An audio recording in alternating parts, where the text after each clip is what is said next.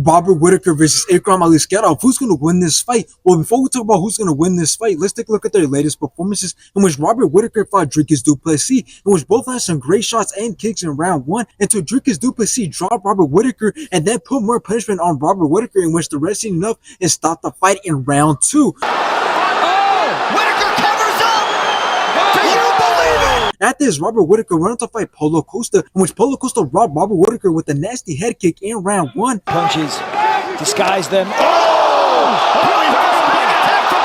But after this, Paulo Costa slowed down. Robert Whittaker took control of rounds 2 and 3, and Robert Whittaker ended up taking it by decision. By unanimous decision, Robert! Now let's take a look at Ikram's latest performances, in which he fought Phil Hawes, in which Ikram knocked him out in round 1. And after this, Ikram went on to fight Worley Alves, in which Ikram dropped Worley and then put more punishment on him, in which the ref seen enough and stopped the fight in round 1. Yeah, that's not a good sign. And Alves is on the ropes.